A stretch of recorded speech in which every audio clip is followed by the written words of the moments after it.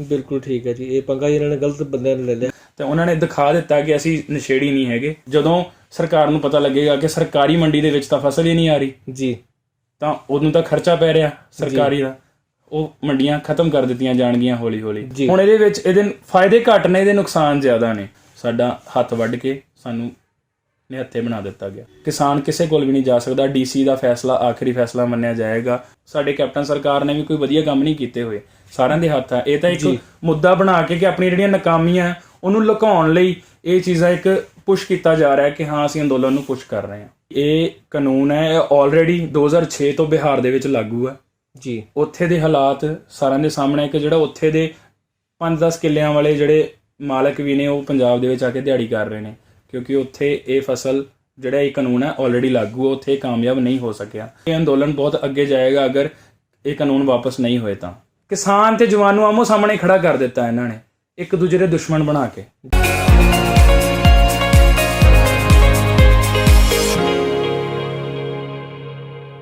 Welcome news 24 ਦੇਖ ਰਹੇ ਦਰਸ਼ਕਾਂ ਦਾ ਬਹੁਤ-ਬਹੁਤ ਸਵਾਗਤ ਹੈ।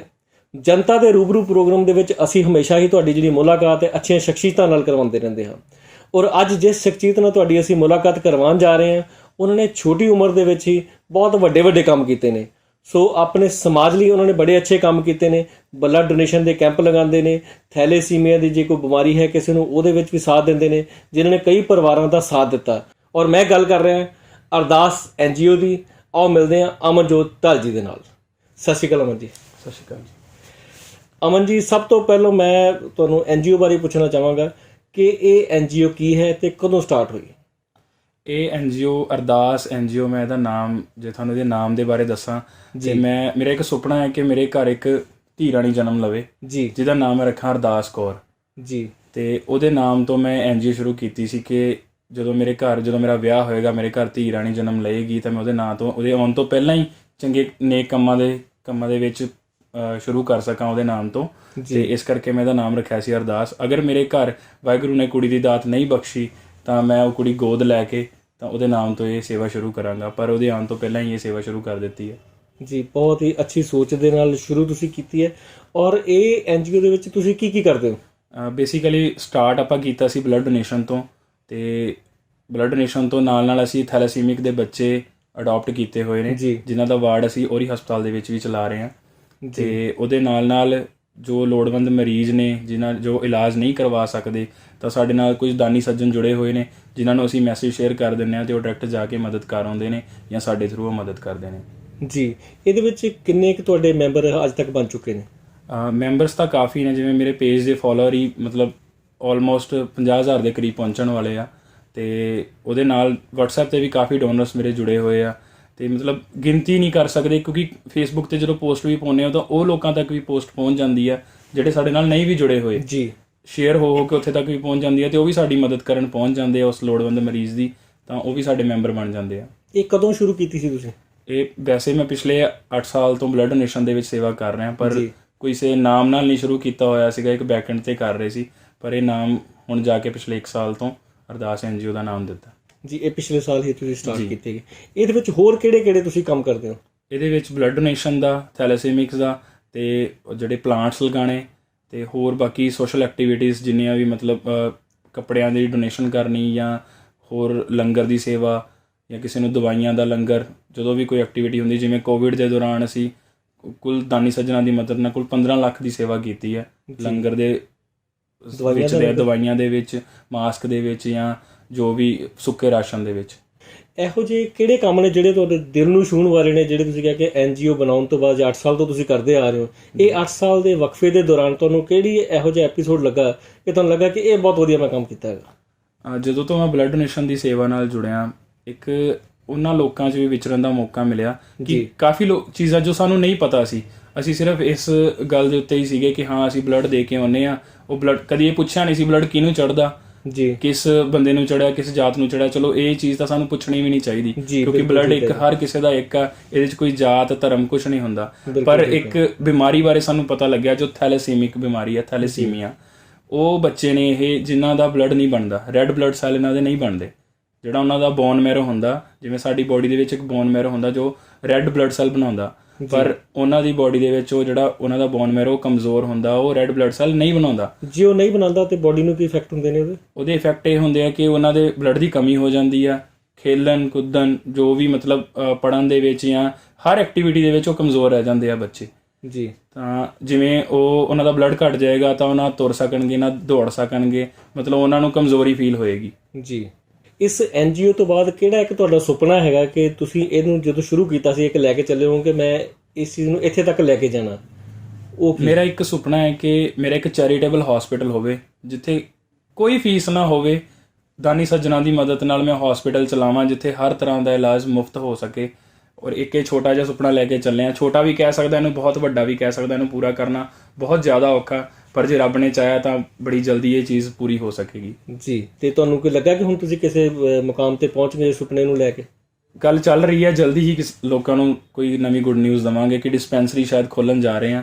ਸਾਡੇ ਦੇਸ਼ ਦੇ ਪ੍ਰਧਾਨ ਮੰਤਰੀ ਜੀ ਇੱਕ ਕਾਨੂੰਨ ਲੈ ਕੇ ਆਏ ਨੇ, ਕਿਸਾਨ ਬਿੱਲ, ਜਿਹਨੂੰ ਕਿ ਉਹ ਵਧੀਆ ਦੱਸ ਰਹੇ ਨੇ ਤੇ ਕੁਛ ਜਿਹੜੀਆਂ ਪਾਰਟੀਆਂ ਇਹਨੂੰ ਠੀਕ ਨਹੀਂ ਦੱਸ ਰਹੀਆਂ ਹੈਗੀਆਂ। ਸਾਡੇ ਕਿਸਾਨ ਵੀ ਦੱਸ ਰਹੇ ਨੇ ਕਿ ਇਹ ਬਿੱਲ ਜਿਹੜਾ ਠੀਕ ਨਹੀਂ ਹੈ।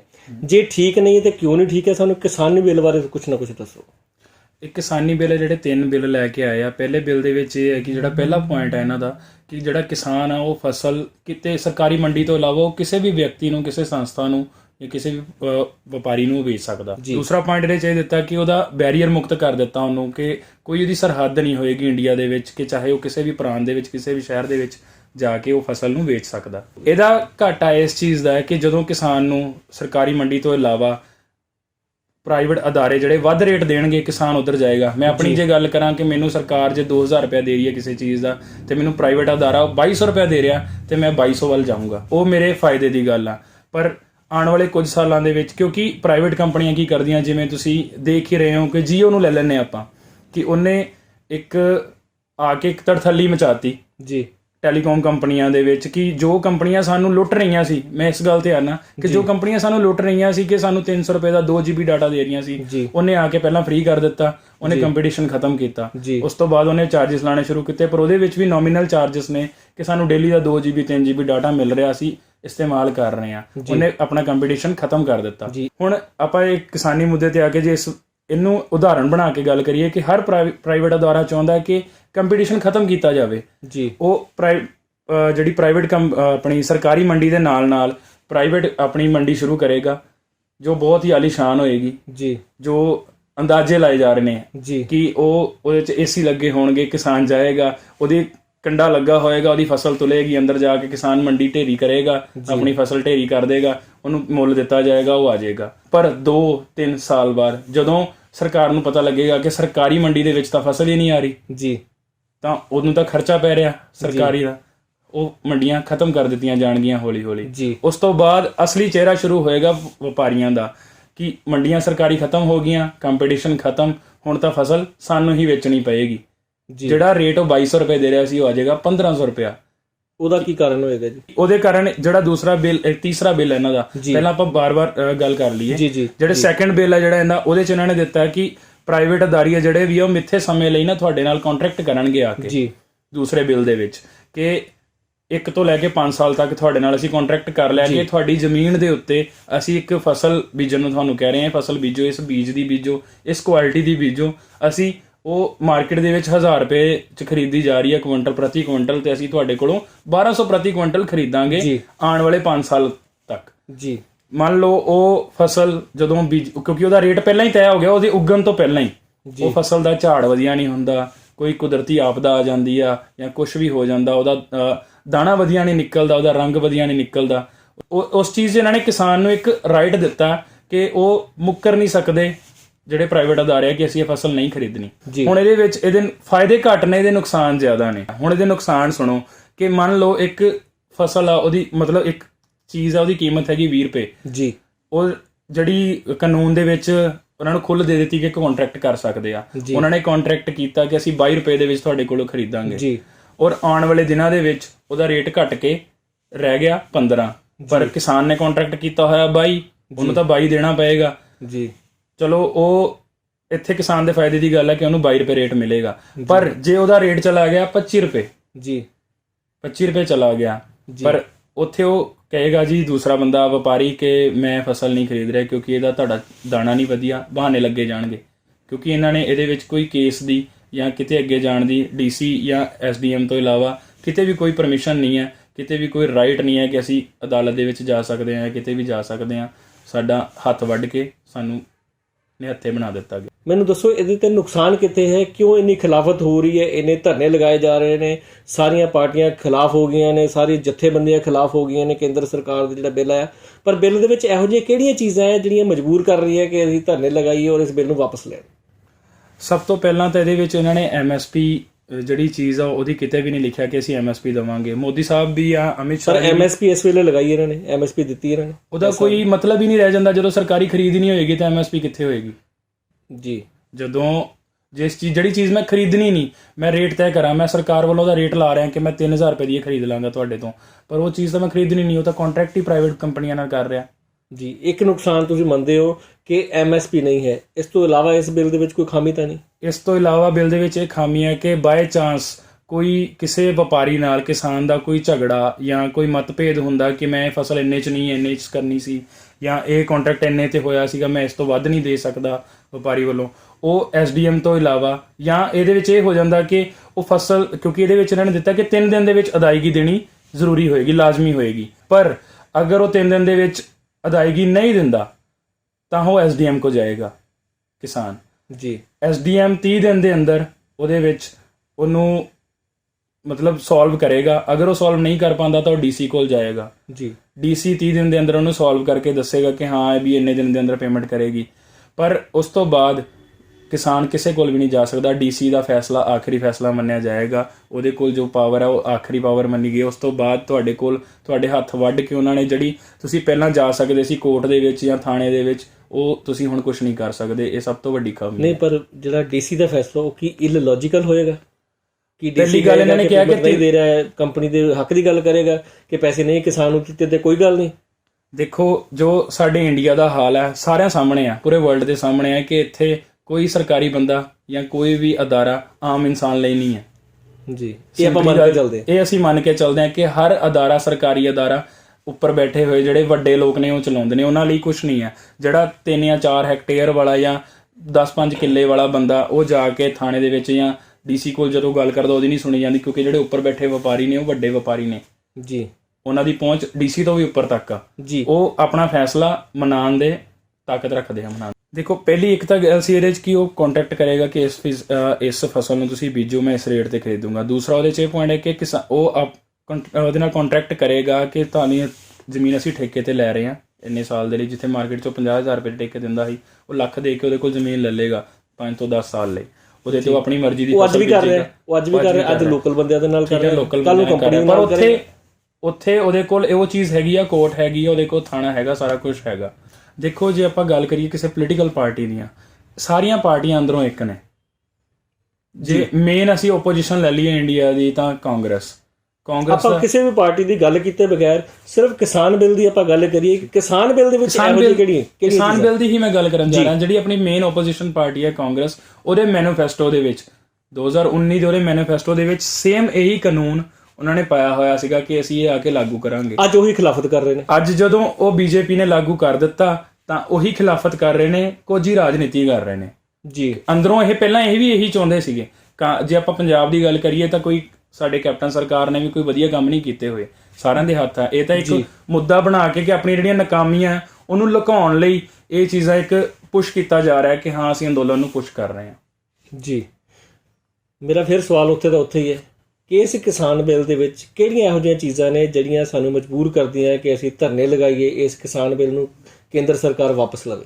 ਖਾਮੀਆਂ ਹੈ ਕਿ ਨੰਬਰ 1 ਇੱਕ ਖਾਮੀ ਹੈ ਕਿ ਜਿਹੜੀ ਇਹ ਕਾਨੂੰਨ ਹੈ ਇਹ ਆਲਰੇਡੀ 2006 ਤੋਂ ਬਿਹਾਰ ਦੇ ਵਿੱਚ ਲਾਗੂ ਹੈ ਜੀ। ਉੱਥੇ ਦੇ ਹਾਲਾਤ ਸਾਰਿਆਂ ਦੇ ਸਾਹਮਣੇ ਹੈ ਕਿ ਜਿਹੜਾ ਉੱਥੇ ਦੇ 5-10 ਕਿੱਲਿਆਂ ਵਾਲੇ ਜਿਹੜੇ ਮਾਲਕ ਵੀ ਨੇ ਉਹ ਪੰਜਾਬ ਦੇ ਵਿੱਚ ਆ ਕੇ ਦਿਹਾੜੀ ਕਰ ਰਹੇ ਨੇ, ਕਿਉਂਕਿ ਉੱਥੇ ਇਹ ਫਸਲ ਜਿਹੜਾ ਇਹ ਕਾਨੂੰਨ ਹੈ ਆਲਰੇਡੀ ਲਾਗੂ ਹੈ, ਉੱਥੇ ਕਾਮਯਾਬ ਨਹੀਂ ਹੋ ਸਕਿਆ।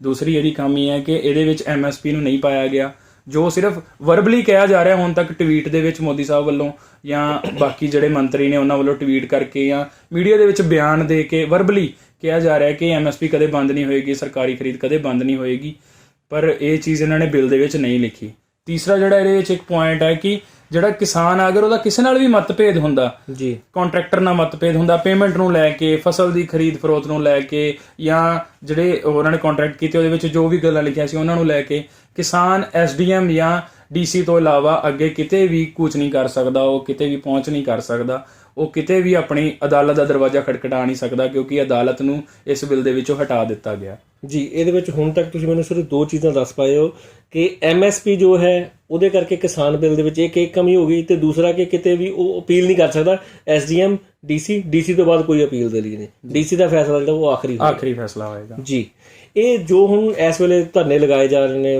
ਬਾਰਡਰ ਦੇ ਉੱਤੇ, ਕਿਸਾਨ ਇਕੱਠੇ ਹੋ ਗਏ, ਕਈ ਜਥੇਬੰਦੀਆਂ ਇਕੱਠੀਆਂ ਹੋ ਗਈਆਂ, ਇੰਨਾ ਜ਼ਿਆਦਾ ਉੱਥੇ ਰਸ਼ ਵੀ ਪੈ ਗਿਆ, ਕੋਵਿਡ ਦੌਰਾਨ ਵੀ ਭਾਵੇਂ ਇੰਨਾ ਰਸ਼ ਪੈ ਗਿਆ, ਤੁਹਾਨੂੰ ਲੱਗਦਾ ਹੈ ਕਿ ਇਹ ਬਹੁਤ ਲੰਬਾ ਚੱਲੇਗਾ, 5-6 ਮਹੀਨੇ ਚੱਲੇਗਾ ਕੋਈ? ਦੇਖੋ, ਜੋ ਪੰਜਾਬੀ ਕਿਸਾਨ ਜਾਂ ਹਰਿਆਣੇ ਦੇ ਕਿਸਾਨਾਂ ਨੇ ਜੋ ਮੁੱਦਾ ਲੈ ਕੇ ਉਹ ਉੱਥੇ ਜੋ ਦਿੱਲੀ ਚਲੋ ਦਾ ਪ੍ਰੋਗਰਾਮ ਚਲਾਇਆ ਸੀ, ਉਹਨਾਂ ਨੇ ਇੱਕ ਅੰਦੋਲਨ ਚਲਾਇਆ ਸੀਗਾ, ਉਹਦੇ ਨਾਲ ਹੁਣ ਬਹਿੰਦੀ ਗੰਗਾ ਦੇ ਵਿੱਚ, ਕਿਉਂਕਿ ਇਤਿਹਾਸ ਗਵਾਹ ਹੈ ਕਿ ਜਦੋਂ ਵੀ ਕਿਸੇ ਤਾਨਾਸ਼ਾਹੀ ਦੇ ਖਿਲਾਫ ਜਾਂ ਕਿਸੇ ਜ਼ੁਲਮ ਦੇ ਖਿਲਾਫ ਆਵਾਜ਼ ਚੱਕੀ ਹੈ ਤਾਂ ਪੰਜਾਬ ਨੇ ਪਹਿਲਾਂ ਚੱਕੀ ਆ। ਤਾਂ ਇਸ ਵਾਰ ਵੀ ਉਹੀ ਚੀਜ਼ ਹੋਈ ਆ, ਪੰਜਾਬ ਦੇ ਨਾਲ ਹਰਿਆਣਾ ਰਲਿਆ, ਉਸ ਤੋਂ ਬਾਅਦ ਆਉਂਦੇ ਯੂਪੀ, ਐਮਪੀ, ਜੋ ਵੀ ਰਾਜਸਥਾਨ ਹੋ ਗਿਆ, ਅੱਜ ਗੁਜਰਾਤ ਦੇ ਵੀ ਉੱਥੇ ਕਿਸਾਨ ਪਹੁੰਚ ਗਏ, ਤਾਂ ਉਹ ਸਾਰੇ ਉੱਥੇ ਇਕੱਠੇ ਹੋ ਗਏ। ਮਤਲਬ ਕਿ ਇੱਕ ਬਹੁਤ ਵੱਡਾ ਅੰਦੋਲਨ ਸ਼ੁਰੂ ਹੋ ਗਿਆ ਉੱਥੇ। ਇਹ ਅੰਦੋਲਨ ਬਹੁਤ ਅੱਗੇ ਜਾਏਗਾ ਅਗਰ ਇਹ ਕਾਨੂੰਨ ਵਾਪਸ ਨਹੀਂ ਹੋਏ ਤਾਂ। ਜੀ ਪੰਜਾਬ ਦੇ ਜਿਹੜੇ ਗਾਇਕ ਨੇ ਉਹ ਵੀ ਹੁਣ ਸਾਰੇ ਕਿਸਾਨ ਜਥੇਬੰਦੀਆਂ ਦੇ ਨਾਲ ਨੇ ਤਕਰੀਬਨ, ਪਰ ਵਪਾਰੀ ਕੋਈ ਵੀ ਇਸ ਜਿਹੜੇ ਕਿਸਾਨੀ ਬਿੱਲ ਦੇ ਨਾ ਕੋਈ ਖਿਲਾਫ ਦੇ ਵਿੱਚ ਬੋਲਦਾ ਪਿਆ, ਨਾ ਉਹਦੇ ਸੰਬੰਧ ਦੇ ਵਿੱਚ ਕੋਈ ਬੋਲਦਾ ਪਿਆ। ਇਹਨੂੰ ਕਿਸ ਤਰੀਕੇ ਨਾਲ ਲੈ ਕੇ ਚੱਲਦਾ? ਕਿਉਂਕਿ ਮੇਨ ਇਹ ਜਿਹੜਾ ਕਾਨੂੰਨ ਹੈ ਇਹ ਵਪਾਰੀਆਂ ਨੂੰ ਉੱਪਰ ਚੁੱਕਣ ਲਈ ਹੀ ਬਣਾਇਆ ਗਿਆ ਕਿ ਕੋਈ ਵੀ ਆਮ ਉੱਠ ਕੇ ਸਰਕਾਰੀ ਮੰਡੀ ਤੋਂ ਇਲਾਵਾ ਕੋਈ ਵੀ ਜਾ ਕੇ ਕਿਸਾਨ ਮੰਡੀ ਮਤਲਬ ਜਿਹੜੀ ਫਸਲ ਹੈ ਖਰੀਦ ਸਕਦਾ। ਜਿਹੜਾ ਤੀਸਰਾ ਬਿੱਲ ਆਪਾਂ ਉਸ ਬਾਰੇ ਗੱਲ ਨਹੀਂ ਕੀਤੀ, ਉਹਦੇ ਵਿੱਚ ਇਹਨਾਂ ਨੇ ਜਿਹੜੀ ਅਮੈਂਡਮੈਂਟ ਕੀਤੀ ਹੈ ਐਸੈਂਸ਼ੀਅਲ ਗੁੱਡਸ ਨੂੰ ਲੈ ਕੇ, ਕਿ ਇਹ 1955 ਦੇ ਵਿੱਚ ਕਾਨੂੰਨ ਲਿਆਂਦਾ ਗਿਆ ਸੀਗਾ ਕਿ ਉਦੋਂ ਇਹਦੀ ਜ਼ਰੂਰਤ ਸੀਗੀ ਕਿ ਸਾਡੇ ਕੋਲ ਇੰਨਾ ਅਨਾਜ ਨਹੀਂ ਹੁੰਦਾ ਸੀ, ਤੇ ਉਹਨੂੰ ਅਸੀਂ ਅਮਰੀਕਾ ਵਰਗੇ ਦੇਸ਼ਾਂ ਤੋਂ ਅਨਾਜ ਸਾਡੇ ਦੇਸ਼ਾਂ ਦੇ ਵਿੱਚ ਆਉਂਦਾ ਸੀ, ਤਾਂ ਉਦੋਂ ਅਸੀਂ ਇਸ ਚੀਜ਼ ਨੂੰ ਨਾ ਚਲਾਇਆ ਕਿ ਕਾਨੂੰਨ ਬਣਾਇਆ ਗਿਆ ਕਿ ਜਿਹੜਾ ਅਨਾਜ ਹੈ ਸਟੋਰ ਕੀਤਾ ਜਾਵੇ ਆਪਣੇ ਦੇਸ਼। ਉਦੋਂ ਕਾਨੂੰਨ ਬਣਾਇਆ ਕਿ ਕਈ ਜ਼ਰੂਰੀ ਚੀਜ਼ਾਂ ਜਿਵੇਂ ਆਲੂ ਹੈ, ਪਿਆਜ਼ ਹੈ, ਅਨਾਜ ਹੈ, ਇਹ ਚੀਜ਼ਾਂ ਉਹਦੇ ਵਿੱਚ ਸਟੋਰ ਕਰਨ ਦੀ ਨਾ ਜਿਹੜੀ ਲਿਮਿਟ ਰੱਖੀ ਗਈ ਕਿ ਕਿੱਥੇ ਕਿੱਥੇ ਸਟੋਰ ਹੋ ਸਕਦਾ। ਪਰ ਹੁਣ ਜਦੋਂ ਪ੍ਰਾਈਵੇਟ ਅਦਾਰਿਆਂ ਨੂੰ ਇਹ ਚੀਜ਼ ਦਿੱਤੀ ਗਈ, ਇਹ ਕਾਨੂੰਨ ਦੇ ਵਿੱਚ ਉਹਨਾਂ ਨੂੰ ਖੁੱਲ੍ਹ ਦਿੱਤੀ ਗਈ ਤੁਸੀਂ ਖਰੀਦ ਸਕਦੇ ਹੋ, ਤਾਂ ਇਹਦੇ ਵਿੱਚ ਅਮੈਂਡਮੈਂਟ ਕੀਤੀ ਗਈ ਕਿ ਜਿਹੜਾ ਕੋਈ ਵੀ ਇਹਨਾਂ ਚੀਜ਼ਾਂ ਜ਼ਰੂਰੀ ਚੀਜ਼ਾਂ ਚੋਂ ਬਾਹਰ ਕੱਢ ਦਿੱਤਾ ਗਿਆ, ਕਿਉਂਕਿ ਉਹਦੀ ਜ਼ਰੂਰਤ ਸਮਝੀ ਨਹੀਂ ਗਈ। ਅਨਾਜ ਨੂੰ ਵੀ ਕੋਈ ਜਿੰਨਾ ਮਰਜ਼ੀ ਸਟੋਰ ਕਰ ਸਕਦਾ। ਹੁਣ ਤੁਸੀਂ ਪਿਆਜ਼, ਪਿਛਲੇ ਦਿਨਾਂ ਦੇ ਵਿੱਚ ਪਿਆਜ਼ ਦੀਆਂ ਕੀਮਤਾਂ ਨੂੰ ਦੇਖ ਹੀ ਸਕਦੇ ਹੋ ਕਿ ਕਿਸ ਰੇਟ ਦੇ ਵਿੱਚ ਕਿਸਾਨਾਂ ਦੇ ਕੋਲੋਂ ਖਰੀਦਿਆ ਗਿਆ ਸੀ, ਪਰ ਉਹ ਅਸੀਂ ਜਦੋਂ ਆਮ ਇਨਸਾਨ ਤੱਕ ਪਹੁੰਚਿਆ ਤਾਂ ਉਹ 140 ਰੁਪਏ 150 ਰੁਪਏ ਤੱਕ ਉਹ ਪਹੁੰਚ ਗਿਆ ਸੀ। ਜੀ ਬਿਲਕੁਲ ਤੁਹਾਡੀ ਗੱਲ ਸਹੀ ਹੈ। ਜਲੰਧਰ ਦੇ ਹੰਸਰਾਜ ਹੰਸ ਅੱਜ ਕੱਲ ਸੰਸਦ ਨੇ ਦਿੱਲੀ ਦੇ ਵਿੱਚ, ਉਹ ਸਰਕਾਰ ਦੇ ਵਿੱਚ ਹੋਣ ਦੇ ਬਾਵਜੂਦ ਵੀ ਇਸ ਬਿੱਲ ਦੇ ਉੱਤੇ ਕੁਝ ਨਹੀਂ ਬੋਲ ਰਹੇ ਹੈਗੇ। ਇਹਨੂੰ ਕਿਸ ਤਰੀਕੇ ਨਾਲ ਲੈ ਕੇ ਚੱਲਦੇ ਹੋ? ਕਿਉਂਕਿ ਜਿਨ੍ਹਾਂ ਦੀ ਸਰਕਾਰ ਨੇ ਇਹ ਬਿੱਲ ਬਣਾਇਆ ਉਹਨਾਂ ਦੀ ਸਰਕਾਰ ਵੱਲੋਂ ਹੋਇਆ, ਉਹ ਮੈਂ ਉਹਨਾਂ ਨੂੰ ਪੰਜਾਬ ਦਾ ਕੋਈ ਪੁੱਤਰ, ਕਿਉਂਕਿ ਕਈ ਕਹਿ ਕੇ ਮੈਂ ਉਹਨਾਂ ਨੂੰ ਸੁਣਾਉਂਦੇ ਪੰਜਾਬ ਦੇ ਪੁੱਤਰ ਨੇ, ਜਿੱਦਾਂ ਸੰਨੀ ਦਿਓਲ ਜਾਂ ਆਪਣੇ ਹੰਸਰਾਜ ਹੰਸ ਜੀ, ਇਹਨਾਂ ਨੂੰ ਇਹ ਕਹਿ ਦਿੰਦੇ ਕਿ ਪੰਜਾਬ ਦੇ ਪੁੱਤਰ ਨੇ ਤੇ ਇਹ ਪੰਜਾਬ ਵੱਲੋਂ ਬੋਲਣਗੇ, ਪਰ ਅੱਜ ਤੱਕ ਇੱਕ ਵੀ ਬਿਆਨ ਪੰਜਾਬ ਦੇ ਹੱਕ ਵਿੱਚ ਇਹਨਾਂ ਵੱਲੋਂ ਨਹੀਂ ਆਇਆ ਜਾਂ ਇਹ ਸਮਝਾਉਣ ਦੇ ਲਈ ਕਿਸਾਨਾਂ ਦੇ ਵਿੱਚ ਨਹੀਂ ਵਿਚਰੇ। ਹੁਣ ਵਕਤ ਹੈ ਛੋਟੇ ਜਿਹੇ ਬ੍ਰੇਕ ਦਾ, ਬ੍ਰੇਕ ਤੋਂ ਬਾਅਦ ਫਿਰ ਮਿਲਦੇ ਹਾਂ।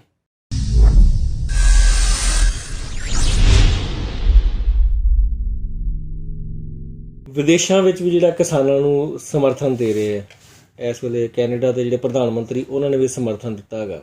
ਸੋ ਮੈਂ ਜਿੱਥੇ ਤੱਕ ਸਮਝਦਾ 2 ਚੀਜ਼ਾਂ ਜਿਹੜੀਆਂ ਤੁਸੀਂ ਦੱਸੀਆਂ ਹੈਗੀਆਂ ਕਿ ਐਮਐਸਪੀ ਔਰ ਜਿਹੜਾ ਕਿਤੇ ਵੀ ਅਪੀਲ ਦਲੀਲ ਨਹੀਂ ਹੈ, ਇਹ ਇੱਕ ਬਹੁਤ ਵੱਡੇ ਜਿਹੜੇ ਨੈਗੇਟਿਵ ਪੁਆਇੰਟ ਨੇ, ਔਰ ਇਸ ਚੀਜ਼ ਦੇ ਉੱਤੇ ਸਰਕਾਰ ਨੂੰ, ਬੀਜੇਪੀ ਨੂੰ ਜ਼ਰੂਰ ਸੋਚਣਾ, ਹਾਂ ਬਹੁਤ ਜ਼ਰੂਰੀ ਜਿਹੜੀ ਹੈ ਅਮੈਂਡਮੈਂਟ ਕਰਨੀ ਚਾਹੀਦੀ ਹੈਗੀ ਹੈ ਕਿ ਕਿਸਾਨ ਜਿਹੜੇ ਕਿ ਸਾਰੇ ਦੇਸ਼ ਦਾ ਢਿੱਡ ਭਰਦੇ ਨੇ, ਅੱਜ ਉਹਨਾਂ ਉੱਤੇ ਜਿਹੜੀ ਪਾਣੀ ਦੀਆਂ ਬੁਸ਼ਾਰਾਂ ਕੀਤੀਆਂ ਜਾ ਰਹੀਆਂ, ਉਹਨਾਂ ਨੂੰ ਇੱਕ ਤਰ੍ਹਾਂ ਦੇ ਤਸੀਹੇ ਦਿੱਤੇ ਜਾ ਰਹੇ ਨੇ, ਇਹ ਬਹੁਤ ਹੀ ਮੇਰੇ ਹਿਸਾਬ ਦੇ ਨਾਲ ਮੰਦਭਾਗੀ ਚੀਜ਼ ਹੈ ਜਿਹੜੀ ਕਰ ਰਹੇ ਨੇ। ਜਿਹੜਾ ਜੈ ਜਵਾਨ ਜੈ ਕਿਸਾਨ ਦਾ ਨਾਰਾ ਲਾਲ ਬਹਾਦਰ ਸ਼ਾਸਤਰੀ ਜੀ ਨੇ ਦਿੱਤਾ ਸੀਗਾ, ਤੇ ਅੱਜ ਉਹੀ ਜਿਹੜੀ ਬੀਜੇਪੀ ਸਰਕਾਰ ਹੈਗੀ ਹੈ ਇਹਨੂੰ ਉਲਟਾ ਕਰੀ, ਇਹੀ ਜਵਾਨ ਜਿਹੜੀ ਹੈਗੇ ਇਹ ਕਿਸਾਨਾਂ ਦੇ ਉੱਤੇ ਮਾਰ ਰਹੇ ਨੇ, ਇਹੀ ਜਵਾਨਾਂ ਦੀ ਡਿਊਟੀ ਲਗਾਤੀ ਕਿ ਕਿਸਾਨਾਂ ਨੂੰ ਮਾਰੋ।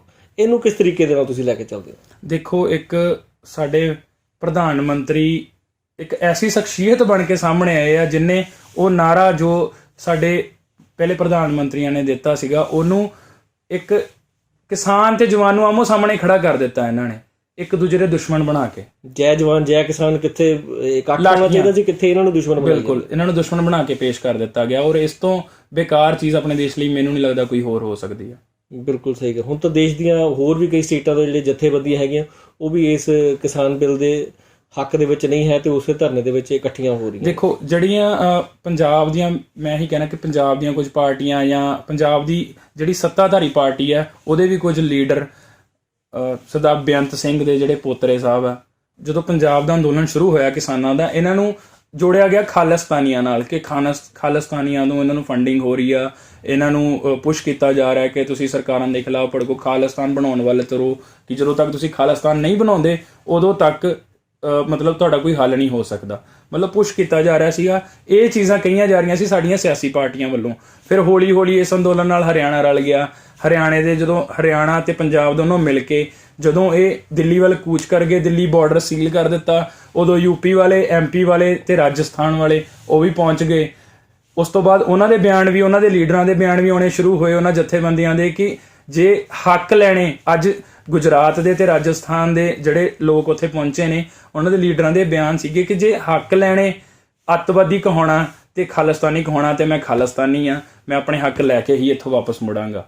ਹੁਣ ਇਹ ਸਰਕਾਰਾਂ ਦੇ ਮੂੰਹ ਦੇ ਉੱਤੇ ਇੱਕ ਚਪੇੜ ਹੈ ਕਿ ਜਿਹੜੇ ਸਿਰਫ ਪੰਜਾਬ ਤੇ ਹਰਿਆਣੇ ਨੂੰ ਖਾਲਿਸਤਾਨੀਆਂ ਦੇ ਕਹਿ ਰਹੇ ਸੀਗੇ, ਹੁਣ ਬੀਜੇਪੀ ਦੀਆਂ ਜਿੱਥੇ ਸਰਕਾਰਾਂ ਨੇ ਉੱਥੋਂ ਵੀ ਕਿਸਾਨ ਆ ਰਹੇ ਨੇ, ਹਿਮਾਚਲ ਵੱਲੋਂ ਵੀ ਜਾ ਰਹੇ ਨੇ ਕਿਸਾਨ, ਉੱਥੋਂ ਵੀ ਕਿਸਾਨ ਆ ਰਹੇ ਨੇ ਕਿ ਉਹ ਵੀ ਖਾਲਿਸਤਾਨ ਚਾਹੁੰਦੇ ਨੇ, ਗੁਜਰਾਤ ਵਾਲੇ ਵੀ ਖਾਲਿਸਤਾਨ ਚਾਹੁੰਦੇ ਨੇ, ਇੰਨੀ ਦੂਰ ਨੇ ਪੰਜਾਬ ਤੋਂ ਕਿ ਉਹ ਵੀ ਖਾਲਿਸਤਾਨ ਚਾਹੁੰਦੇ ਨੇ। ਸ਼ਾਇਦ ਇਹਨਾਂ ਨੂੰ ਖਾਲਿਸਤਾਨ ਦਾ ਮਤਲਬ ਹੀ ਨਹੀਂ ਪਤਾ, ਉਹ ਇੱਕ ਸੋਚ ਸੀਗੀ, ਖਾਲਸ ਇੱਕ ਸੋਚ ਸੀਗੀ, ਉਹ ਕੋਈ ਟੈਰੀਟਰੀ ਨਹੀਂ ਸੀਗੀ, ਕੋਈ ਕੁਛ ਨਹੀਂ ਸੀ। ਖਾਲਿਸਤਾਨ ਇੱਕ ਸੋਚ ਨੂੰ ਮੰਨਿਆ ਗਿਆ ਸੀ।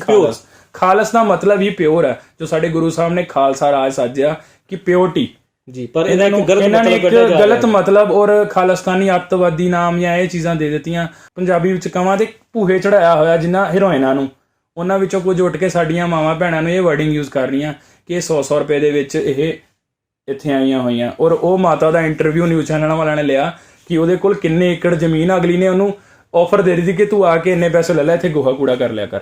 ਇਸੇ ਕਿਸਾਨੀ ਬਿੱਲ ਦੇ ਵਿਰੋਧ ਦੇ ਵਿੱਚ ਸ਼੍ਰੋਮਣੀ ਅਕਾਲੀ ਦਲ ਤੇ ਭਾਜਪਾ ਨੇ ਆਪਣਾ ਗਠਬੰਧਨ ਤੋੜ ਲਿਆ ਜੀ। ਇਹਨੂੰ ਤੁਸੀਂ ਕਿਸ ਤਰੀਕੇ ਦੇ ਨਾਲ ਲੈ ਕੇ ਚੱਲਦੇ ਹੋ? ਇਹਨੂੰ ਮੈਂ ਇਹ ਲੈ ਕੇ ਚੱਲਦਾ ਕਿ ਚਲੋ ਦੇਰ ਆਏ ਦੁਰਸਤ ਆਏ। ਵੀ ਜਦੋਂ 9 ਮਾਸ ਦਾ ਰਿਸ਼ਤਾ ਕਿਹਾ ਜਾਂਦਾ ਸੀਗਾ ਪਿਛਲੇ ਕਈ ਸਾਲਾਂ ਤੋਂ ਕਿ ਇਹ ਰਿਸ਼ਤਾ ਖਤਮ ਨਹੀਂ ਹੋ ਸਕਦਾ, ਜਿਵੇਂ 9 ਮਾਸ ਨਾਲੋਂ ਅੱਡ ਨਹੀਂ ਹੋ ਸਕਦਾ ਉਵੇਂ ਇਹ ਰਿਸ਼ਤਾ ਨਹੀਂ ਟੁੱਟ ਸਕਦਾ। ਪਰ ਚਲੋ ਦੇਰ ਆਏ ਦੁਰਸਤ ਆਏ, ਕਿਸਾਨਾਂ ਦੇ ਹੱਕ ਵਿੱਚ ਉਹਨਾਂ ਨੇ ਇਹ ਵੀ ਕੁਰਬਾਨੀ ਦੇ ਦਿੱਤੀ। ਸੋ ਇਸ ਸਟੈਪ ਨੂੰ ਤੁਸੀਂ ਬਿਲਕੁਲ ਪੋਜ਼ਿਟਿਵ ਮੰਨਦੇ ਹੋ ਕਿ ਇਹ ਕਿਸਾਨਾਂ ਦੇ ਔਰ ਪੰਜਾਬ ਦੇ ਹੱਕ ਦੇ ਵਿੱਚ ਬੀਜੇਪੀ ਜਦੋਂ ਵੀ ਸੱਤਾ ਦੇ ਵਿੱਚ ਆਈ ਹੈਗੀ ਹੈ, ਇਹਨੇ ਕਈ ਕਾਨੂੰਨ ਲੈ ਕੇ ਆਈ ਹੈ। ਉਹਨਾਂ ਕਾਨੂੰਨਾਂ ਬਾਰੇ ਸਾਨੂੰ ਦੱਸੋ ਕਿਹੜੇ ਕਿਹੜੇ ਲੈ ਕੇ ਆਈ ਹੈ ਤੇ ਉਹ ਕਿਸ ਤਰ੍ਹਾਂ ਦੇ ਆਪਣੇ ਪਬਲਿਕ ਦੇ ਹੱਕ ਦੇ ਵਿੱਚ ਨੇ ਜਾਂ ਨਾ ਹੱਕ ਦੇ ਨੇ? ਦੇਖੋ, ਜਿੰਨੇ ਵੀ ਕਾਨੂੰਨ ਆਏ ਆ ਹੁਣ ਤੱਕ, ਜੇ ਆਪਾਂ ਸ਼ੁਰੂ ਤੋਂ ਲੈ ਕੇ ਗੱਲ ਕਰੀਏ, GST ਜਦੋਂ ਇਹ ਸੱਤਾ ਦੇ ਵਿੱਚ ਆਈ, ਇਹਨਾਂ ਨੇ ਸਭ ਤੋਂ ਪਹਿਲਾਂ GST ਵੱਲ ਮੂਵ ਕੀਤਾ ਕਿ ਅਸੀਂ GST ਲਾਵਾਂਗੇ, ਜਦਕਿ ਉਹ ਵੀ ਸਰਦਾਰ ਮਨਮੋਹਨ ਸਿੰਘ ਦੀ ਪੇਸ਼ਕਸ਼ ਸੀਗੀ ਕਿ ਅਸੀਂ ਇੱਦਾਂ ਲਾਗੂ ਕਰ ਸਕਦੇ, ਇੱਕ ਦੇਸ਼ ਇੱਕ ਟੈਕਸ ਹੋਣਾ ਚਾਹੀਦਾ। ਪਰ ਉਹਦੇ ਵਿੱਚ ਵੀ ਇਹਨਾਂ ਨੇ 3-4 ਤਰ੍ਹਾਂ ਦੇ ਟੈਕਸ ਲਾ ਦਿੱਤੇ ਔਰ ਉਹਦੇ ਚੋਂ ਪੈਟਰੋਲ ਨੂੰ ਤੇ ਸ਼ਰਾਬ ਨੂੰ ਬਾਹਰ ਕੱਢਿਆ ਗਿਆ, ਜੋ ਸਭ ਤੋਂ ਜ਼ਿਆਦਾ ਕੰਜ਼ੰਪਸ਼ਨ ਹੁੰਦੀ ਜਿਹਦੇ ਤੋਂ ਸਭ ਤੋਂ ਜ਼ਿਆਦਾ ਟੈਕਸ ਆਉਂਦਾ ਸਰਕਾਰ ਨੂੰ, ਉਹਦੇ ਤੇ ਇਹਨਾਂ ਨੇ ਹਜੇ ਵੀ ਵੈਟਸ ਲਾਇਆ ਹੋਇਆ। ਔਰ ਜਦੋਂ GST ਆਈ, ਇਹਨਾਂ ਨੇ ਕਿਹਾ ਜੀ ਵਪਾਰੀ ਇਸ ਚੀਜ਼ ਨੂੰ ਨਾ ਸਮਝ ਨਹੀਂ ਪਾਏ, ਜੋ ਅੱਜ ਤੱਕ ਵੀ ਹਲੇ ਤੱਕ ਇਹ ਸਮਝਾ ਨਹੀਂ ਪਾਏ ਵੀ ਜੀ ਇਹ ਇਹਨਾਂ ਨੂੰ ਸਮਝਾਉਣਾ ਹੀ ਨਹੀਂ ਆਇਆ। ਔਰ ਇਹ ਸੱਚੀ ਗੱਲ ਹੈ ਕਿ ਹਲੇ ਤੱਕ GST ਕੁਝ ਵਪਾਰੀਆਂ ਨੂੰ ਸਮਝ ਨਹੀਂ ਆਇਆ। ਜਦੋਂ ਨੋਟਬੰਦੀ ਆਈ, ਇਹਨਾਂ ਨੇ ਕਿਹਾ ਲੋਕਾਂ ਨੂੰ ਸਮਝ ਨਹੀਂ ਆਈ, ਜਦਕਿ ਉਦੋਂ ਇਹਨਾਂ ਨੇ ਕਿਹਾ ਸੀਗਾ ਕਿ ਮੁਝੇ 50 ਦਿਨ ਦੇ ਦਿਓ ਕਿ 50 ਦਿਨ ਬਾਅਦ ਮੁਝੇ ਜਹਾਂ ਕਹੋਗੇ ਮੈਂ ਵਹਾਂ ਆ ਜਾਊਂਗਾ। ਮੋਦੀ ਸਾਹਿਬ ਦੇ ਇਹ ਬਿਆਨ ਹੈ, ਤੁਸੀਂ ਵੀਡੀਓ ਵੀ ਕੱਢ ਸਕਦੇ ਹੋ। ਤੇ ਉਸ ਤੋਂ ਬਾਅਦ ਇਹ ਅੱਜ ਤੱਕ ਕਿੰਨੇ ਸਾਲ ਹੋ ਚੱਲੇ ਆ ਕਿ ਇਹ ਹਜੇ ਵੀ ਕਹਿ ਰਹੇ ਨੋਟਬੰਦੀ ਸਮਝ ਨਹੀਂ, ਕਿਉਂਕਿ ਉਦੋਂ ਇਹਨਾਂ ਨੇ ਕਿਹਾ ਸੀ ਕਿ ਕਾਲਾ ਧਨ ਅਸੀਂ ਵਾਪਸ ਲੈ ਕੇ ਆਵਾਂਗੇ ਨੋਟਬੰਦੀ ਨਾਲ। ਪਰ RBI ਦੀ ਸਟੇਟਮੈਂਟ ਸੀਗੀ ਕਿ 99.9% ਜਿਹੜੇ ਨੋਟ ਸੀਗੇ 500 ਦੇ ਤੇ 1000 ਦੇ ਉਹ ਵਾਪਸ ਆ ਚੁੱਕੇ ਸੀ। ਮਤਲਬ ਜਿਹੜਾ ਕਾਲਾ ਧਨ ਸੀ ਉਹ ਕਿੱਥੇ ਚਲਾ ਗਿਆ, ਉਹ ਅੱਜ ਤੱਕ ਸਮਝ ਨਹੀਂ ਆਇਆ। ਉਹ ਇਹੀ ਕਹਿ ਰਹੇ ਆ BJP ਵਾਲੇ ਤੇ RSS ਵਾਲੇ ਕਿ ਜਿਹੜੀ ਇਹ ਨੋਟਬੰਦੀ ਹੈ ਲੋਕਾਂ ਨੂੰ ਸਮਝ ਨਹੀਂ ਆਈ। ਉਸ ਤੋਂ ਬਾਅਦ ਲੈ ਕੇ ਆਏ 370 ਦਾ। ਇਹਨਾਂ ਨੇ ਕਿਹਾ ਜੀ 370 ਕਸ਼ਮੀਰੀਆਂ ਨੂੰ ਸਮਝ ਨਹੀਂ ਆਈ, ਦੇਸ਼ ਨੂੰ ਸਮਝ ਹੀ ਨਹੀਂ ਆਈ, ਅਸੀਂ ਤਾਂ ਜੀ ਬਹੁਤ ਵਧੀਆ ਕੰਮ ਕੀਤਾ। ਠੀਕ ਹੈ, ਉਹਦੇ ਵਿੱਚ ਕਿਸੇ ਹੱਦ ਤੱਕ ਵਧੀਆ ਕੰਮ ਹੈ ਕਿ ਦੇਸ਼ ਦਾ ਬਹੁਤ ਸਾਰਾ ਪੈਸਾ ਉੱਥੇ ਬੇਕਾਰ ਜਾਂਦਾ ਸੀ ਜੀ। ਕਿੰਨੇ % ਸਾਡਾ ਪੈਸਾ ਉੱਥੇ ਬੇਕਾਰ ਚਲਾ ਜਾਂਦਾ ਸੀਗਾ ਉਹਨਾਂ ਨੂੰ ਦੇਣ ਦੇ। ਚਲੋ ਉਸ ਮਨ ਦੇ ਮੈਂ ਕਹਿ ਰਿਹਾ ਕਿ ਚਲੋ ਉਹਨਾਂ ਨੂੰ ਸਮਝਾ ਫੇਰ ਵੀ ਨਹੀਂ ਪਾਏ ਇਹ। ਉਸ ਤੋਂ ਬਾਅਦ ਗੱਲ ਆ ਗਈ ਕਿ ਆਪਣਾ CAA ਆ ਗਿਆ। BCA ਅਸੀਂ ਬਣਾਵਾਂਗੇ, ਉਸ ਤੋਂ ਬਾਅਦ ਉਹ ਕਹਿਣ ਲੱਗ ਕਿ ਇਹ ਮੁਸਲਮਾਨਾਂ ਨੂੰ ਸਮਝ ਹੀ ਨਹੀਂ ਆ ਰਿਹਾ, ਇਹਦੇ ਨਾਲ ਕੁਝ ਨਹੀਂ ਹੈ। ਮਤਲਬ ਬੀਜੇਪੀ ਕੋਈ ਵੀ ਕਾਨੂੰਨ ਲੈ ਕੇ ਆਉਂਦੀ ਹੈ ਤੇ ਉਹ ਕਿਸੇ ਨੂੰ ਸਮਝ ਨਹੀਂ ਆਉਂਦਾ। ਹੁਣ ਉਹੀ ਚੀਜ਼ ਇਹ ਕਰ ਰਹੀ ਹੈ ਕਿ ਜੀ ਅਸੀਂ ਫਾਰਮਰਸ ਬਿੱਲ ਲੈ ਕੇ ਆਏ ਆ, ਇਹ ਕਿਸਾਨਾਂ ਨੂੰ ਸਮਝ ਨਹੀਂ ਆ ਰਿਹਾ। ਮਤਲਬ ਕਿ ਜਿਹੜੀ ਚੀਜ਼ ਵੀ ਇਹ ਲੈ ਕੇ ਆਉਂਦੇ ਉਹ ਕਿਸੇ ਨੂੰ ਸਮਝ ਨਹੀਂ ਆਉਂਦੀ, ਵਰਲਡ ਦੇ ਵਿੱਚ ਕਿਸੇ ਨੂੰ ਸਮਝ ਨਹੀਂ ਪੈਂਦੀ। ਪਰ ਜਿਹੜੀ ਚੀਜ਼ ਆ ਉਹ BJP ਵਾਲੇ ਜਾਂ RSS ਵਾਲੇ ਸਮਝਦੇ ਆ। ਮਤਲਬ ਇਹ ਜ਼ਿਆਦਾ ਸਿਆਣੇ ਨੇ, ਬਾਕੀ ਸਾਰੀ ਜਿਹੜੀ ਜਨਤਾ ਹੈ ਉਹ ਬੇਵਕੂਫ ਤੁਰੀ ਹੋਈ ਹੈ ਜਿਹੜੀ ਇਹਨਾਂ ਨੂੰ ਸੱਤਾ ਦੇ ਵਿੱਚ ਬਿਠਾ ਕੇ ਆ ਗਈ। ਸੋ ਕਾਨੂੰਨ ਇਹੋ ਜਿਹਾ ਲੈ ਕੇ ਆਉਣਾ ਚਾਹੀਦਾ ਹੈਗਾ ਕਿਸੇ ਵੀ ਸਰਕਾਰ ਨੂੰ ਕਿ ਜੋ ਆਮ ਜਨਤਾ ਲਈ ਜਾਂ ਜਿਨ੍ਹਾਂ ਲਈ ਉਹ ਬਿੱਲ ਅਸੀਂ ਪੇਸ਼ ਕਰ ਰਹੇ ਹੈਗੇ ਘੱਟੋ ਘੱਟ ਉਹਨਾਂ ਨੂੰ ਜ਼ਰੂਰ ਸਮਝ ਆਵੇ। ਸਾਨੂੰ ਪਤਾ ਲੱਗਾ ਕਿ ਤੁਸੀਂ ਸ਼ੰਭੂ ਬਾਰਡਰ ਤੇ ਵੀ ਕਿਸਾਨਾਂ ਦੇ ਹੱਕ ਦੇ ਅੰਦੋਲਨ ਦੇ ਵਿੱਚ ਗਏ ਸੀ, ਉੱਥੇ ਦਾ ਕੀ ਐਕਸਪੀਰੀਅੰਸ ਹੈਗਾ ਤੁਹਾਡਾ? ਲਾਸਟ ਜਿਸ ਦਿਨ 25 ਤਰੀਕ ਨੂੰ ਅਸੀਂ ਉੱਥੇ ਸੀਗੇ ਸ਼ੰਭੂ ਬਾਰਡਰ, ਜਦੋਂ ਕੂਚ ਕਰਨਾ ਸੀ ਦਿੱਲੀ ਵੱਲ ਨੂੰ, ਤਾਂ ਉੱਥੇ ਜਦੋਂ ਅਸੀਂ ਗਏ ਤਾਂ ਪੰਜਾਬ ਸਰਕਾਰ ਵੱਲੋਂ ਜਾਂ ਉੱਥੇ ਪੁਲਿਸ ਲੱਗੀ ਹੋਈ ਸੀ, RPF ਲੱਗੀ ਹੋਈ ਸੀ ਜੀ, ਜਿਹੜੀ ਰੈਪਿਡ ਸਿਕਿਉਰਿਟੀ ਫੋਰਸ ਆ, ਉਹ ਉੱਥੇ ਲਾਈ ਹੋਈ ਸੀਗੀ ਉਹਨਾਂ ਨੇ ਕਿ ਇਹਨਾਂ ਨੂੰ ਰੋਕਿਆ ਜਾਵੇ। ਪਹਿਲੀ ਗੱਲ ਤਾਂ ਕੋਈ ਕਾਨੂੰਨ ਐਸਾ ਨਹੀਂ ਹੈ ਕਿ ਇੱਕ ਨਾਗਰਿਕ ਨੂੰ ਉਹ ਦੂਸਰੀ ਜਗ੍ਹਾ ਆਪਣੇ ਦੇਸ਼ ਦੇ ਵਿੱਚ ਹੀ ਦੂਸਰੀ ਜਗ੍ਹਾ ਜਾਣ ਤੋਂ ਰੋਕ ਸਕੇ, ਜੋ ਬਿਲਕੁਲ ਹੀ ਇਲੀਗਲ ਕੰਮ ਸੀਗਾ। ਬਿਲਕੁਲ, ਜੇ ਕੋਈ ਆਮ ਬੰਦਾ ਕੋਈ ਸੜਕ ਪੁੱਟਦਾ ਤੇ ਉਹ ਅਪਰਾਧੀ ਹੈ। ਹਾਂ ਬਿਲਕੁਲ, ਜੇ ਹਰਿਆਣਾ ਸਰਕਾਰ ਨੇ ਪੁੱਟੀ ਤੇ ਉਹ ਅਪਰਾਧ ਨਹੀਂ ਹੈਗਾ। ਦੇਖੋ ਇਹਦੇ 'ਚ ਗਵਰਨਮੈਂਟ ਪ੍ਰਾਪਰਟੀ ਸੀ, ਉਹ ਆਮ ਬੰਦੇ ਦੇ ਗਵਰਨਮੈਂਟ ਪ੍ਰਾਪਰਟੀ ਨੂੰ ਨੁਕਸਾਨ ਪਹੁੰਚਾਉਣ ਦੇ ਕੇਸ ਆ ਜੋ ਹਰਿਆਣਾ ਸਰਕਾਰ ਨੇ ਔਰ ਦਿੱਲੀ ਸਰਕਾਰ ਨੇ ਕਿਸਾਨਾਂ ਦੇ ਉੱਤੇ ਕੀਤੇ ਵੀ ਨੇ। ਇਸ ਅੰਦੋਲਨ ਦੇ ਦੌਰਾਨ ਕਈ ਕਿਸਾਨਾਂ ਦੇ ਉੱਤੇ ਕੇਸ ਹੋਏ ਨੇ ਕਿ ਉਹਨਾਂ ਨੇ ਸਰਕਾਰੀ ਪ੍ਰਾਪਰਟੀ ਨੂੰ, ਸਰਕਾਰੀ ਗੱਡੀਆਂ ਨੂੰ ਨੁਕਸਾਨ ਪਹੁੰਚਾਇਆ। ਪਰ ਜਿਹੜੀ ਸਰਕਾਰ, ਖੱਟਰ ਸਰਕਾਰ ਨੂੰ ਮੈਂ ਕਹਿਣਾ ਚਾਹੁੰਦਾ ਕਿ ਉਹਨਾਂ ਨੇ ਸਰਕਾਰ ਦੇ ਮਤਲਬ ਲੋਕਾਂ ਨੇ ਜਿਹੜੇ ਟੈਕਸ ਦਾ ਪੈਸਾ ਦਿੱਤਾ ਹੋਇਆ ਸੀ ਉਹਦੇ ਨਾਲ ਜੋ ਸੜਕਾਂ ਬਣੀਆਂ ਸੀ, ਜੋ ਹਾਈਵੇ ਬਣੇ ਸੀਗੇ, ਉਹ ਆਮ ਲੋਕਾਂ ਦੇ ਪੈਸੇ ਨਾਲ ਬਣੇ ਹੋਏ ਸੀਗੇ। ਇਹਨਾਂ ਨੇ ਸਿਰਫ ਤੇ ਇੱਕ ਰਾਜਨੀਤੀ ਕਰਨ ਨੂੰ ਕਿ ਸੈਂਟਰ ਦੇ ਮਤਲਬ ਬੋਲ ਪੁਗਾਉਣ ਨੂੰ ਕਿ ਉਹਨਾਂ ਨੂੰ ਰੋਕਣਾ, ਤਾਂ ਇਹਨਾਂ ਨੇ ਵੱਡੇ ਵੱਡੇ ਟੋਏ ਉੱਥੇ ਪੱਟ ਕੇ ਮਿੱਟੀ ਦੇ ਢੇਰ ਲਾ ਦਿੱਤੇ ਕਿ ਉਹਨਾਂ ਨੂੰ ਰੋਕਿਆ ਜਾਵੇ। ਪਰ ਬਾਕੀ ਸੱਚ ਸਾਰਿਆਂ ਦੇ ਸਾਹਮਣੇ ਹੀ ਹੈ ਕਿ ਜਿਹੜਾ ਅੰਦੋਲਨ ਸੀਗਾ ਉਹ ਪੂਰਾ ਪੰਜਾਬ ਉੱਥੇ ਪਹੁੰਚਿਆ ਹੋਇਆ ਸੀ, ਉਹਨੂੰ ਰੋਕ ਨਹੀਂ ਪਾਏ। ਬਿਲਕੁਲ ਠੀਕ ਹੈ ਜੀ, ਇਹ ਪੰਗਾ ਇਹਨਾਂ ਨੇ ਗਲਤ ਬੰਦਿਆਂ ਨੇ ਲੈ ਲਿਆ, ਗਲਤ ਬੰਦਿਆਂ ਦੇ ਨਾਲ ਜਿਹੜਾ ਕਿ ਸਾਰੇ ਦੇਸ਼ ਨੂੰ ਪਾਲ ਰਿਹਾ ਹੈਗਾ ਹੈ, ਉਹਨਾਂ ਦੇ ਨਾਲ ਅਸੀਂ ਗਲਤ ਜਿਹੜਾ ਸਲੂਕ ਕਰਦੇ ਹਾਂ ਔਰ ਜਿਹੜਾ ਵਿਹਾਰ ਕਰ ਰਹੇ ਹਾਂ ਬਿਲਕੁਲ ਗਲਤ ਹੈ। ਹੁਣ ਤੱਕ ਨਾ ਕਈ ਜਿਹੜੇ ਲੀਡਰਸ ਹੈਗੇ ਨੇ ਜਾਂ ਕਹਿ ਲਓ ਵੀ ਕੁਝ ਲੋਕ ਹੈਗੇ ਨੇ ਪੰਜਾਬ ਨੂੰ ਨਸ਼ੇ ਦਾ ਗੜ੍ਹ ਸਮਝਦੇ ਨੇ। ਅੱਜ ਸਾਡਾ ਜਵਾਨ ਇੰਨਾ ਜਿਹੜਾ ਅੰਦੋਲਨ ਦੇ ਵਿੱਚ ਵੀ ਜਾ ਰਿਹਾ ਹੈਗਾ, ਸਭ ਜਗ੍ਹਾ ਜਾ ਰਿਹਾ, ਇਹਨੂੰ ਕਿਸ ਤਰੀਕੇ ਦੇ ਨਾਲ ਤੁਸੀਂ ਲੈ ਕੇ ਚੱਲ ਰਹੇ ਹੋ? ਬਾਲੀਵੁੱਡ ਦੀ ਨਾ ਇੱਕ ਫਿਲਮ ਆਈ ਸੀ ਉੜਤਾ ਪੰਜਾਬ, ਬਿਲਕੁਲ ਉਹ ਪੰਜਾਬ ਦੇ ਨਜ਼ਰ ਤੇ ਬਣਾਈ ਸੀ। ਪੰਜਾਬ ਨੂੰ ਇੰਨਾ ਕੁ ਉਹਨਾਂ ਨੇ ਨੀਵਾਂ ਸਿੱਟ ਦਿੱਤਾ ਸੀਗਾ ਕਿ ਇੱਥੇ ਦਾ ਉਹਨਾਂ ਨੇ ਇਹ ਦਿਖਾਇਆ ਗਿਆ ਕਿ ਇੱਥੇ ਦਾ ਜਿਹੜਾ ਹਰ ਪੰਜਾਬੀ ਹੈ, ਬੱਚਾ ਨਸ਼ੇੜੀ ਹੋ ਚੁੱਕਿਆ। ਪਰ ਜਿਹੜੇ ਅੱਜ ਦੇ ਹਾਲਾਤ ਆ ਉਹ ਪੂਰੇ ਵਰਲਡ ਦੇ ਸਾਹਮਣੇ ਆ ਕਿ ਪੰਜਾਬੀਆਂ ਨੇ ਜੋ ਝੰਡੇ ਗੱਡੇ ਇਸ ਅੰਦੋਲਨ ਦੇ ਵਿੱਚ, ਪੂਰੇ ਪੰਜਾਬ ਦੀ ਨੌਜਵਾਨੀ ਉਸ ਅੰਦੋਲਨ ਦੇ ਵਿੱਚ ਪਹੁੰਚੀ ਹੋਈ ਆ।